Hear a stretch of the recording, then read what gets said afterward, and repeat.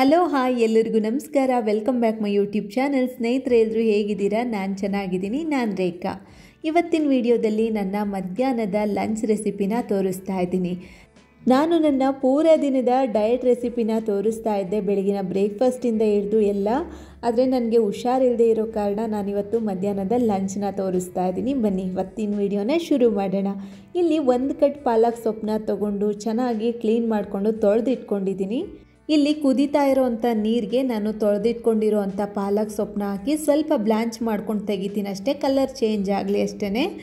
ಸೊಪ್ಪೇನು ಬೇಯೋ ಅಂಥ ಅವಶ್ಯಕತೆ ಇಲ್ಲ. ತುಂಬ ಚೆನ್ನಾಗಿ ಎಳೆ ಸೊಪ್ಪಿದು, ತುಂಬ ಚೆನ್ನಾಗಿತ್ತು. ಇದಕ್ಕೆ ನಾನು 2 ಹಸಿಮೆಣಸಿನ್ಕಾಯಿ ಕೂಡ ಇವಾಗಲೇ ಹಾಕ್ಕೊತೀನಿ. ಖಾರ ಇಲ್ಲ ಈ ಹಸಿಮೆಣಸಿನ್ಕಾಯಿ, ಹಂಗಾಗಿ ಇಷ್ಟು ದೊಡ್ಡದು 2 ಮೆಣಸಿನ್ಕಾಯಿನ ಹಾಕ್ಕೊಂಡಿದ್ದೀನಿ. ಸ್ಟವ್ನ ಆಫ್ ಮಾಡಿಕೊಂಡು ಸೊಪ್ಪೇನಿತ್ತು ಈ ಸೊಪ್ಪನ್ನ ಎತ್ತಿಟ್ಕೊತಾ ಇದ್ದೀನಿ. ಫಸ್ಟು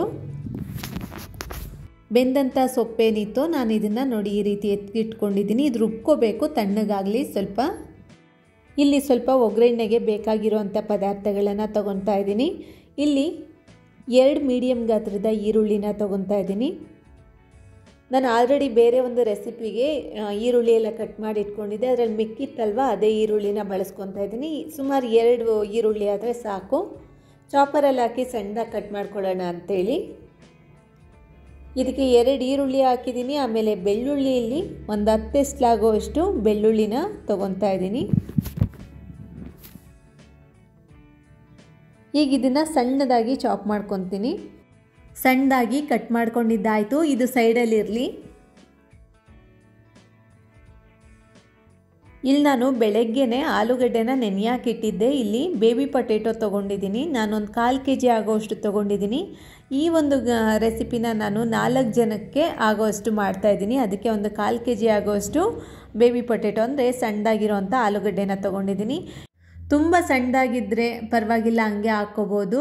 ಇಲ್ಲ ಅದು ಸ್ವಲ್ಪ ದಪ್ಪಾಗಿದೆ ಅಂದರೆ ಈ ಥರ ಒಂದು 2 ಭಾಗ ಮಾಡಿ ಹಾಕ್ಕೋಬೇಕು. ಅದಕ್ಕೋಸ್ಕರ ನಾನಿಲ್ಲಿ ಹಾಕ್ಕೊಂಡು ಸ್ವಲ್ಪ ಉಪ್ಪು ಹಾಕಿ ನೆನೆ ಹಾಕಿದ್ದೀನಿ, ಸ್ವಲ್ಪ ಹೊತ್ತು ನೆನ್ಕೊಳ್ಳಿ ಅಂತ. ಇಲ್ಲಿ 2 ಟೊಮೆಟೊನ ತೊಗೊಂಡಿದ್ದೀನಿ. ಟೊಮೆಟೊ ಕೂಡ ನಾನು ಚಾಪರಲ್ಲೇ ಚಾಪ್ ಮಾಡ್ಕೊತೀನಿ.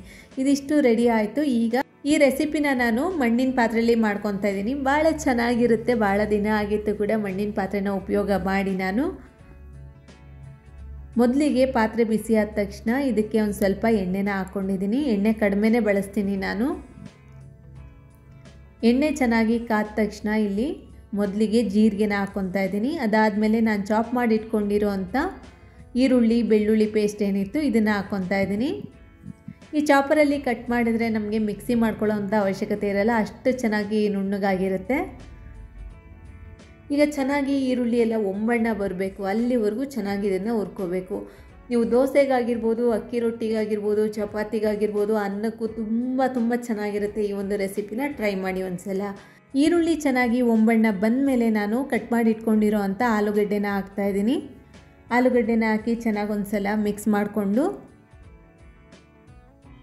ಈಗ ರುಚಿಗೆ ತಕ್ಕಷ್ಟು ಉಪ್ಪು ಹಾಕ್ತೀನಿ. ಅದಾದಮೇಲೆ ಇದಕ್ಕೆ ಹಾಕೋ ಅಂಥ ಪದಾರ್ಥ ಏನಿದೆ ಇವಾಗ ಸೇರಿಸ್ಕೊತೀನಿ.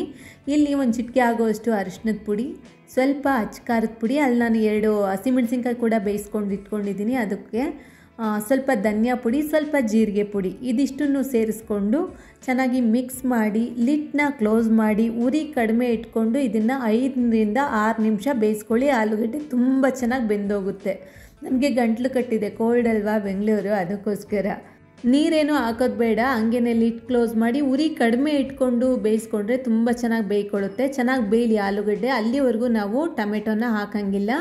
ನೋಡಿ ಚೆನ್ನಾಗಿ ಅದೇ ಎಣ್ಣೆ ಬಿಡಬೇಕು, ಅಲ್ಲಿವರೆಗೂ ಹುರ್ಕೋಬೇಕಾಗುತ್ತೆ. ಚೆನ್ನಾಗಿ ಇವಾಗ ನೋಡ್ತಾ ಇದ್ದೀರಾ, ಚೆನ್ನಾಗಿ ಆಲೂಗಡ್ಡೆ ಒಳ್ಳೆ ಪರಿಮಳ ಬರ್ತಾ ಇದೆ. ನನಗಂತೂ ಈ ಥರ ಆಲೂಗಡ್ಡೆನ ತಿನ್ನೋದಕ್ಕೆ ತುಂಬ ಇಷ್ಟ ಆಗುತ್ತೆ. ಇನ್ನು ಚೆನ್ನಾಗಿ ಬೆಂದಿತ್ತು ಕೂಡ ನೋಡಿ. ಈ ಥರ ಚೆನ್ನಾಗಿ ಬೆಂದ ನಂತರನೇ ಇದಕ್ಕೆ ನಾವು ಚಾಪ್ ಮಾಡಿ ಇಟ್ಕೊಂಡಿರೋ ಅಂಥ ಟೊಮೆಟೊನ ಸೇರಿಸ್ಕೋಬೇಕಾಗುತ್ತೆ. ಈ ರೆಸಿಪಿ ನಾನು ಪದೇ ಹೇಳ್ತಾ ಇದ್ದೀನಿ, ಭಾಳ ರುಚಿಯಾಗಿರುತ್ತೆ. ಒಂದ್ಸಲ ಟ್ರೈ ಮಾಡಿ. ಈಗ ಟೊಮೆಟೊ ಹಾಕಿದ ಮೇಲೆ ಟೊಮೆಟೊ ಎಲ್ಲ ಹಸಿ ವಾಸನೆ ಹೋಗೋ ತನಕ ಚೆನ್ನಾಗಿ ಹುರ್ಕೋಬೇಕಾಗುತ್ತೆ. ನಾನಿಲ್ಲಿ ಲಿಡ್ ಕ್ಲೋಸ್ ಮಾಡಿ ಚೆನ್ನಾಗಿ ಇದು ಟೊಮೆಟೊ ಹಸಿ ಸ್ಮೆಲ್ಲೆಲ್ಲ ಹೋಗಿ ಎಣ್ಣೆ ಬಿಡೋವರೆಗೂ ಚೆನ್ನಾಗಿ ಇದನ್ನು ಬೇಯಿಸ್ಕೊಂಡಿದ್ದಾಯಿತು. ಮಸಾಲೆ ಕೂಡ ಚೆನ್ನಾಗಿ ಬೆಂದಿತ್ತು. ಅದಾದಮೇಲೆ ನಾನು ರುಬ್ಬಿಟ್ಕೊಂಡಿರೋ ಅಂಥ ಪಾಲಕ್ ಸೊಪ್ಪೇನಿದೆ ಇದನ್ನು ಸೇರಿಸ್ಕೊತಾ ಇದ್ದೀನಿ. ಕಲರ್ ನೋಡ್ತಾ ಇರ್ಬೋದು ನೀವು, ನಾನು ಯಾವುದೇ ರೀತಿ ಇದಕ್ಕೆ ಸಕ್ಕರೆ ಉಪ್ಪು ಏನೂ ಹಾಕಿಲ್ಲ, ಬರೀ ಬ್ಲ್ಯಾಂಚ್ ಮಾಡ್ಕೊಂಡಿದ್ದೆ ಅಷ್ಟೇ ಬಿಸಿ ನೀರಲ್ಲಿ. ಅದಾದಮೇಲೆ ಕಲರ್ ಕೂಡ ತುಂಬ ಚೆನ್ನಾಗಿ ಬಂದಿತ್ತು. ನಿಮಗೇನಾದರೂ ಎಣ್ಣೆ ಜಾಸ್ತಿ ಹಾಕಿ ಎಣ್ಣೆ ಎಲ್ಲ ಚೆನ್ನಾಗಿ ಪಾಲಕ್ ಪನ್ನೀರಲ್ಲೆಲ್ಲ ತೇಲ್ ಬರುತ್ತಲ್ಲ ಮೇಲ್ಗಡೆ, ಆ ಥರ ನೀವು ಎಣ್ಣೆ ಚೆನ್ನಾಗಿ ಹಾಕಿದ್ದೀರಾ ಅಂದರೆ ಆ ಎಣ್ಣೆ ತೇಲ್ ಬರೋ ತನಕ ನೀವು ಬೇಯಿಸ್ಕೋಬೋದು. ಇಲ್ಲಪ್ಪ ನಾವು ಎಣ್ಣೆ ಜಾಸ್ತಿ ಹಾಕಿಲ್ಲ ಅಂದರೆ ಇದೊಂದು ಸ್ವಲ್ಪ ಹತ್ತ ಕುದಿಯೋ ತನಕ ಕುದಿಸ್ಕೊಂಡು ಇದನ್ನು ಸರ್ವ್ ಮಾಡಿ. ಭಾಳ ರುಚಿಯಾಗಿರುತ್ತೆ, ಭಾಳ ಟೇಸ್ಟಿಯಾಗಿರುತ್ತೆ, ಎಲ್ಲದಕ್ಕೂ ಹೊಂದ್ಕೊಳ್ಳುತ್ತೆ. ಅಂದರೆ ಅನ್ನ, ಚಪಾತಿ ಮತ್ತು ಅಕ್ಕಿ ರೊಟ್ಟಿ, ದೋಸೆ ಎಲ್ಲದಕ್ಕೂ ಹೊಂದ್ಕೊಳ್ಳುತ್ತೆ. ನಾನಂತೂ ಭಾಳಷ್ಟು ಬಾರಿ ದೋಸೆಗೂ ಮಾಡ್ಕೊಂಡಿದ್ದೀನಿ ಇದನ್ನು. ತುಂಬ ಚೆನ್ನಾಗಿರುತ್ತೆ ಟೇಸ್ಟ್ ಅಂತೂ. ಒಂದು ಸಲ ಟ್ರೈ ಮಾಡಿ. ಇವಾಗ ನಾನೇನು ಜಾಸ್ತಿ ಎಣ್ಣೆ ಹಾಕಿಲ್ಲ ಇದಕ್ಕೆ, ಬರೀ 1-2 ಚಮಚ ಅಷ್ಟೇ ಎಣ್ಣೆ ಹಾಕಿರೋದು. ಅಷ್ಟು ಎಣ್ಣೆ ನನಗಿಲ್ಲಿ ಕಾಣಿಸ್ತಾ ಇದೆ, ತೇಲ್ ಬರ್ತಾ ಇದೆ, ಸಾಕಿಷ್ಟು. ಈಗ ಇದನ್ನು ಸರ್ವ್ ಮಾಡ್ತೀನಿ. ತುಂಬ ಟೇಸ್ಟಿಯಾಗಿತ್ತು, ಒಂದು ಸಲ ಟ್ರೈ ಮಾಡಿ. ಈಗ ಇದನ್ನು ನಾನು ಸರ್ವ್ ಮಾಡ್ತಾಯಿದ್ದೀನಿ.